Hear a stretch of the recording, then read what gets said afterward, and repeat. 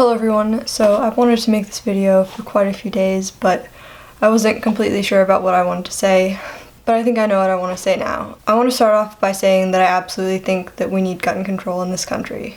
Since the Pulse shooting, 77 people, at the last count I saw, have been killed due to gun violence. So I think that just shows how much of a gun problem we really have in this country. Ordinary people shouldn't have access to military-grade weapons and military-grade ammunition. Yesterday I wanted to see how easy it would be to find hollow points, and I was able to find them in about 30 seconds on Craigslist. And for those of you who don't know, hollow points are bullets that are hollow in the tip so that when they hit a target, the tip explodes and sends shrapnel everywhere. Hollow points are also the type of bullet that Dan White used. I think it's completely unnecessary for these types of weapons and these types of ammunition to be available to the general public. We don't need them. And as I posted a few days ago on social media, I do support Safety for All, which is a gun control initiative that will hopefully be on the ballot in November in California, and it bans these types of weapons and these types of ammunition. To anyone out there who lives in California and will be 18 by the next election, I'd really like to encourage you to register to vote and to vote yes on this initiative, because I think that it's really going to save some lives. But that being said, banning guns won't protect innocent people from being killed by hateful individuals. People like Robert Hillsborough were killed with knives. People with that much hate will find ways of killing people if they really want to.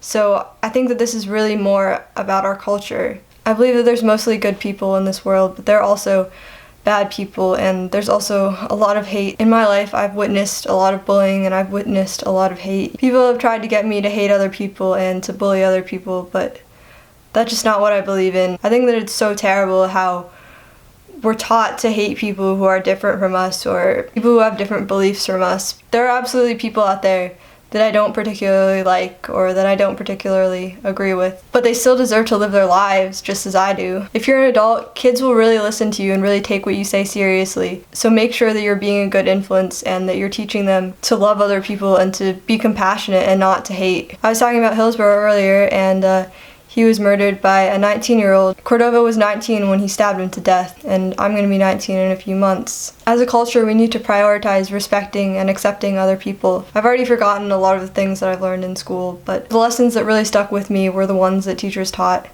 after something terrible had happened. I mentioned this in a campaign video a few months ago, but when I was in kindergarten, my teacher did the blue eyes, brown eyes experiment. The majority of people in my class had brown eyes, and she let all of us go outside and play, but the people with blue eyes had to stay inside, and obviously I have brown eyes, so I got to play. A lot of my friends had blue eyes and they had to stay inside, and in that moment I realized that while we have our differences, we're all still human, and we all deserve to be treated fairly and equally. So I think we need to have more lessons like that in schools. I think that we need to have teachers talk about the less patriotic and pleasant parts about history. Terrible things have happened in the past. Even Bay Area history is a lot messier than people probably think. But it's important to talk about those messy parts of history because there's so much that we can learn from the past. We've come so far, even just in my lifetime. I've watched our culture shift and become more accepting, but there's still violence out there, there's still hatred out there, and we still have changes that need to be made. I want to close this by saying something that Jose Soria from the Black Cat used to say when people were getting arrested back in the 50s and 60s, when there was a lot of police brutality against minorities in the Bay Area. That is that they can arrest you, they can say that you're committing a crime, they can say that you're wrong, that you're a bad person, but they can never take away your vote. It doesn't matter who we are, what we believe in, or anything. We still get one vote to try to elect people that will make our voices heard. And if those people don't exist, we can become those people. We can run for office ourselves. Jose Soria ran for office. He fought against this brutality. He didn't win, but he made a statement, and eventually Moscone became mayor, and he made Gain police chief, and a lot of this brutality and violence went away. So to anyone out there watching this, know that you can make your voice heard.